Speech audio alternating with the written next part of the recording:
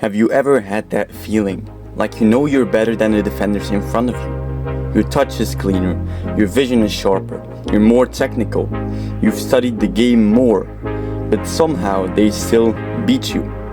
Physically, mentally, they shove you off the ball, make you look like you have got no talent at all. And the worst part is, you start to believe it yourself. So you go home, you watch Neymar highlights, Ronaldo clips, hoping that maybe, if you feel inspired enough, you will wake up better.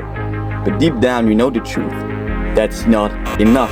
So how do we train to become an absolute nightmare? Not just for defenders, but for everyone. Attackers will get jealous. Even your own teammates will start to feel the heat. You'll be the only one they can't stop, the one they can't predict, the player they wish they were. So how do we do that? First, we need to identify what makes an attacker or an attack-minded player so dangerous. Is it speed? Is it strength? Is it coordination? Or is it a balance of all of it? I'll give you a minute to think. But first, let's look at Mbappe. He has tremendous sprint speed, his dribbling is on point, and to top it off, his shot is amazing. But his strength?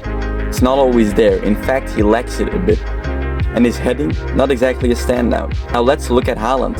His pace is solid, he's really good in the air, heading, shooting, all that. And his strength, clearly that's his weapon.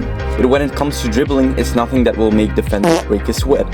Now let's look at Messi. His close control is unmatched, his vision is elite, and his left foot is pure magic. He's calm, precise, and deadly in front of goal. But he's not perfect. His right foot is weak, he's not dominant in the air, and he's not the strongest or the fastest. Still, he became a nightmare for defenders. Last one, Neymar Jr. Neymar Jr. His pace is solid, but it's not his defining trait. His shooting is good, but it's nowhere near Ronaldo's level. His heading doesn't even come up. His strength is there, but it's not something we see every game. But what does he have in common with Mbappe, Haaland, and Messi? A weapon. He has a weapon, and that weapon is dribbling. Do you see where I'm heading? Become dangerous as an attack-minded player. It doesn't matter if you're a striker, a midfielder, or even a fullback. One thing that makes a player truly talented isn't because they're good at everything. It's because they're a master of 1 to 2 things. Being a jack of all trades isn't always a good thing unless you're Ronaldo, and you're perfect at almost everything. But let's be real, that's not you, am I right? So now we have identified what's important, what makes a player a real nightmare for the defense, or for anyone in general. And now let's talk about how to actually do it in real life. Now you need to find a weapon that will penetrate the defense day in, day out. And how do we do that?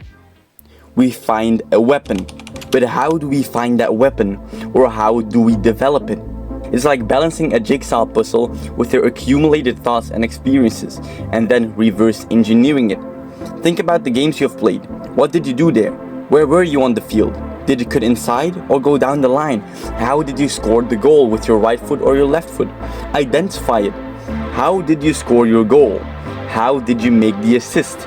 Reverse engineer it and make sure you develop your weapon. Start using it and then add more puzzle pieces.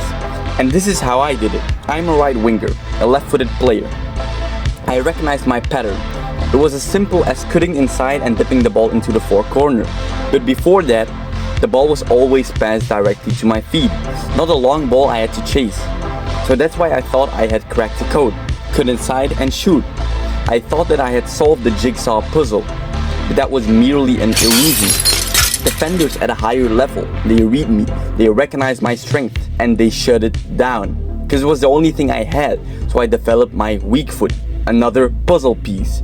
Now, every time a defender thinks he knows my pattern, I switch. I used to only cut inside, so I thought myself the scissor to go down the line. Each of those tools is a puzzle piece, and so should you.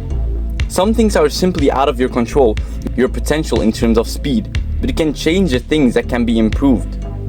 And you must be prepared to rebuild yourself every time you lose, or every time you get exposed, because in the end, it's not the strongest who survives, it's the one who adapts the most. Now you need to be the one who develops your weapon and make it your own. Don't just copy other players. Getting inspired is fine, in fact it's great, but blindly copying, that's not how you become a nightmare, that's how you become a recognized clone. Take the essence, make it yours. Create a version of it that fits your game, your body, and your vision of soccer. Because the game doesn't need another Neymar, it needs you at your most dangerous.